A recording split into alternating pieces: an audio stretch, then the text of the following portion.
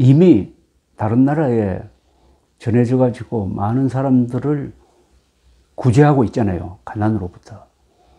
그러면 이건 뭐 노벨상 수십 개 받을 수 있는 것이고.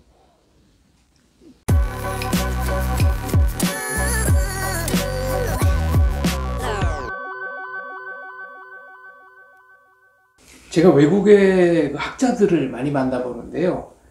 이분들은 새마을운동을 굉장히 높이 평가합니다. 그런데 그래요? 경제개발을 해서 새마을운동이 위대한 게 아니고 전 근대적인 국민을 근대적 국민으로 바꿔놓은 인간계존이죠. 네, 정신혁명이다. 아, 그렇게 보여요? 네, 이게 가능한 게 놀라운 거다라는 얘기를 하더군요. 선생님 견해는 어떠십니까? 새마을운동. 박정희 대통령의 모든 경제개발 정책은 정신적인 면을 먼저 생각해야 돼요. 그러니까 박정희 대통령에 대해서 잘못 생각하는 게 저분은 너무 물질주의적이다. 뭐 이렇게 이야기한다고. 그게 아니고 박정희 대통령은 정신을 강조하는 사람이에요.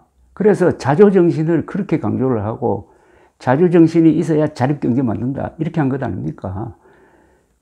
저 사람의 모든 연설은 그걸 깔고 국민들을 교육하려고 하는 내용으로 들어가 있습니다. 그리고 정책을 펼 때도 새마을운동 성공의 가장 큰 요소는 자조정신이 들어간 거 아닙니까? 그죠? 자조정신에 맞는 정책을 편 거 아닙니까? 그게 뭐냐? 잘하는 사람 도와주고 못하는 사람은 좀 매정하지만은 정신 차릴 때까지 안 도와준다. 이거 아닙니까? 그게 바로 시장 경제를 도입한 거든. 네. 보통 농촌 발전시킨다면 못 사는 사람 도와주는 쪽으로 갔는데 네. 못 살면서 게으르면 안 도와준다 이거지. 그게 좀 매정하지만은 결국 그렇게 되니까 못 살면서 게으르던 마을도 야 옆에서 잘 되니까 우리도 열심히 해야 되겠다 해가지고 선의의 경쟁이 붙은 거지. 말하자면 잘하지 않은 경쟁이 붙은 거 아닙니까?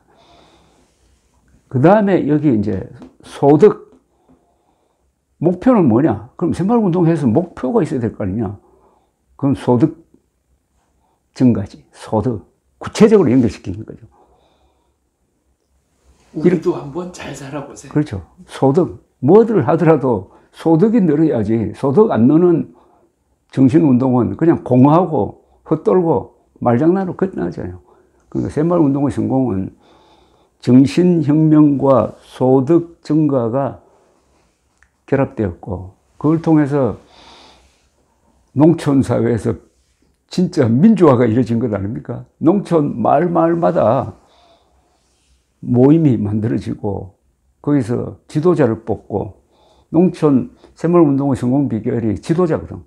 그 지도자를 관에서 임명한 게 아니라 스스로 뽑았잖아요. 그 지도자 중에 한 40% 안 될까? 여성 지도자가 많다고.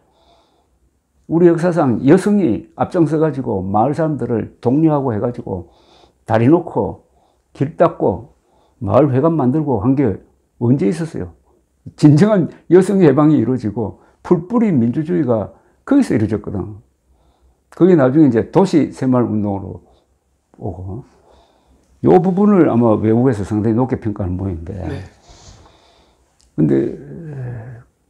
근데 하나, 그렇게 된 새마을운동이 지금은 어떻게 농촌에서 이어지고 있는지 그 부분에 대해서는 나는 추적을 안 해봤어요. 그걸 누가 연구를 한번 해봤으면 좋겠더라고. 지금은 그 새마을운동이 어디 갔느냐? 새마을운동 정신이 살아있느냐?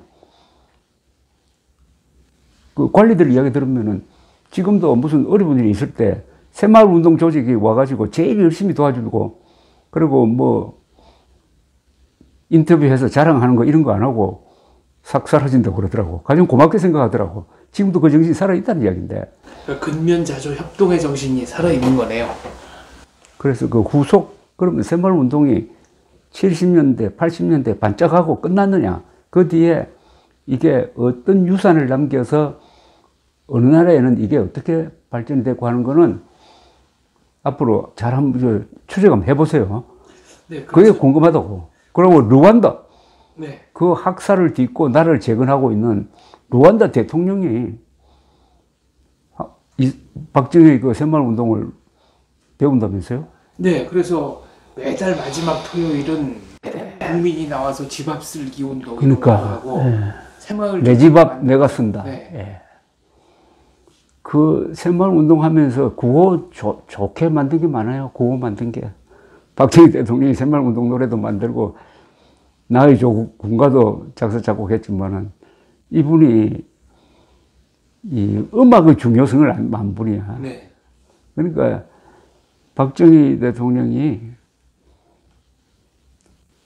일제시대 때라도 교양교육을 제대로 받았다는 거지. 그런 교육 안 받은 사람은 작사, 작곡할 수 있는 대통령 그 뒤에 나오면 잘 안 나오잖아요. 그렇죠. 노태우 대통령이 있구나. 작사, 작곡. 저는 박 대통령 새마을운동과 관련해서 천연두하고 새마을운동을 좀 비교를 하는데요. 천연두는 인류에게 어마어마한 해악을 끼쳤지만 인류가 박멸한 최초의 전염병이고, 새마을운동은 인류로부터 가난을 박멸한, 물론 가난을 박멸한 거는 이제 한국에만 국한된 얘기입니다만은 이게 전 세계적으로 확산된다면 전 세계적인 가난도 박멸할 수 있지 않을까 하는 그렇죠. 기대가 있습니다. 그렇죠. 그래서 The Greatest Story Ever Told라고 하는 전후 70년 한국의 발전 모델이 이미 다른 나라에 전해져 가지고 많은 사람들을 구제하고 있잖아요. 가난으로부터. 그러면 이거는 노벨상 수십 개 받을 수 있는 것이고, 중국이 등소평 시절에 이 개혁 개방할 때 한국이 참고서가 된 거 아닙니까? 참고서가. 그리고 다른 뭐 나라. 그러니까 이미 박정희의 그 근대화 모델은 이 인류의 유산이 된 겁니다. 문화적 유산이 된 거죠. 인류의 유산이죠, 이거. 근데 그렇게 정리를 해주는 사람이 있어야 되는데, 요새 이미 외국 학자들의 논문에는 그렇게 나온다고. 오히려 국내에서 평가가 좀 박하지 않아요? 뭐, 선지자는 고향에서 핍박받는다더니, 그 대표적인 사람이 박정희 대통령이고, 그래서 이 생생 현대사가 할 영역이 너무나 많은 것 같아요. 감사합니다. 열심히 하겠습니다. 제가 아는 한 외국 학자는 농반 진반으로 이런 얘기를 저한테 했습니다.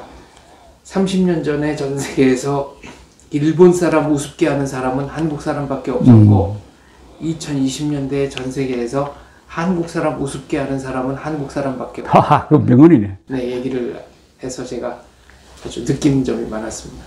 제가 해외여행을 해보면은 요새 느끼는 게, 한국 패스포트를 딱 내면은 공항에서 직원이 딱 보고 일단 표정이 상당히 풀어져.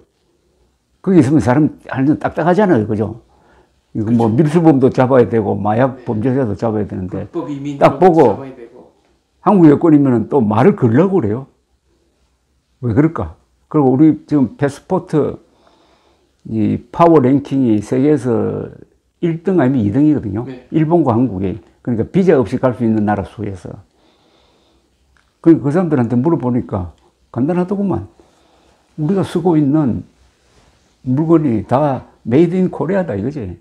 냉장고, 텔레비전, 자동차, 요새는 또 핸드폰, 여기다가 BTS.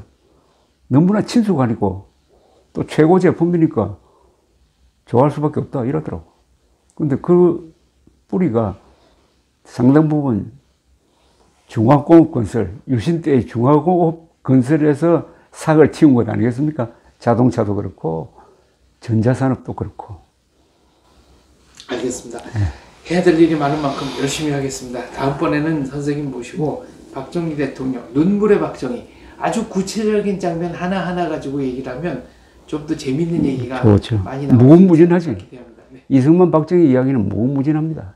예. 그 무궁무진한 이야기를 기록으로 그렇죠. 꼭 남겨놓는 네, 그런 작업을 하겠습니다. 네, 오늘 말씀 감사합니다. 고맙습니다.